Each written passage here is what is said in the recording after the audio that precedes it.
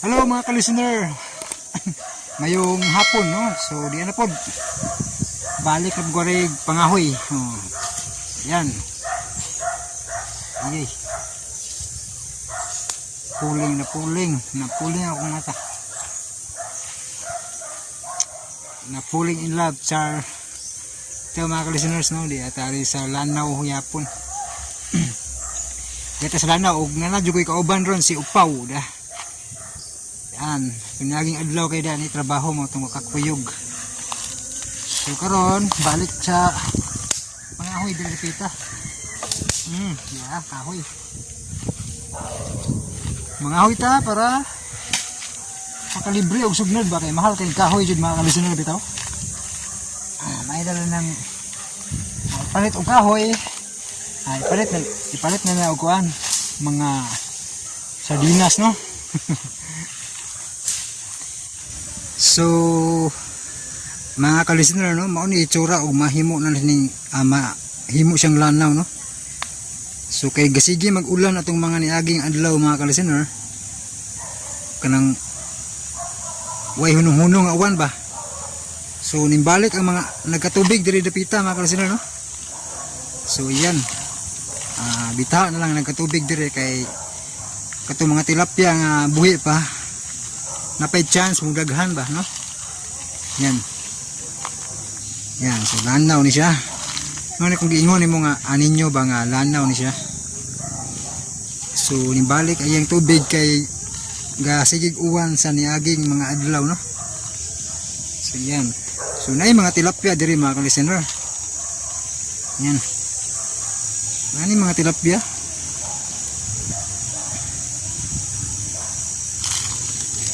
Yan, bita-bita giday na tubig ari kay nindot tanawon. Lanaw na gid da. Yan. Mura po siya sapa-sapa ba.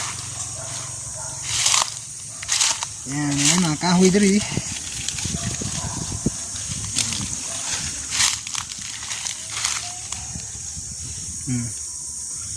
So dito bay daghang tilapia kit kanang repeat.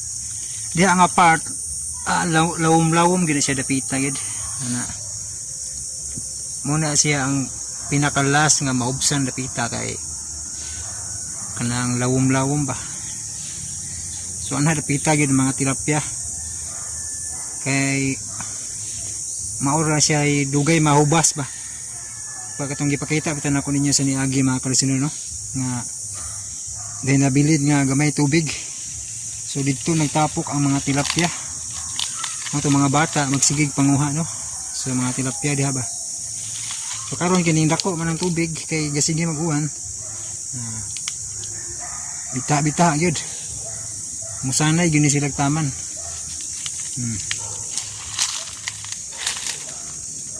Itong bidyuhan samtang napay tubig ba, bidyuhan daan. Kay mahubas na pud ni. Kuan na. Balik na po si kauga. Pwede na magtamak-tamak. Karon kay naghan pa magtubig so di lang ta magtamak-tamak ani. Kay mapas mo man sad ta magtamak-tamak no. Yan. So ano yung mga punuan sa bangkaw. Ano siya muna inungdan nga makapahubas. Hindi mga punuan nga nanurok ba. So nagkadaghanan sa una wala pa ni siya itong mga bata kami sa una wala pa ni mga kuan mga bangkaw nga punuan ba.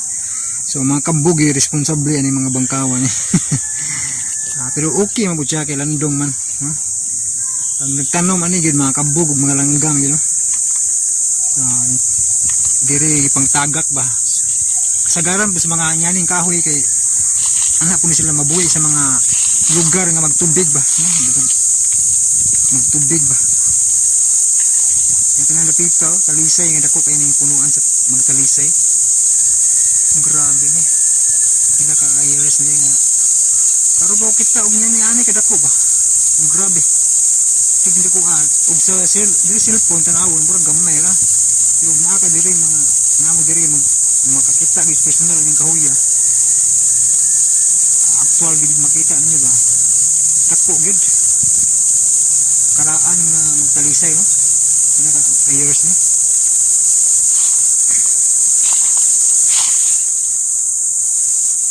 Yan. So, medyo init ang adlaw. Hmm. Yan. Akong cellphone, puno na sa sugod. Sugod ng kapuno akong cellphone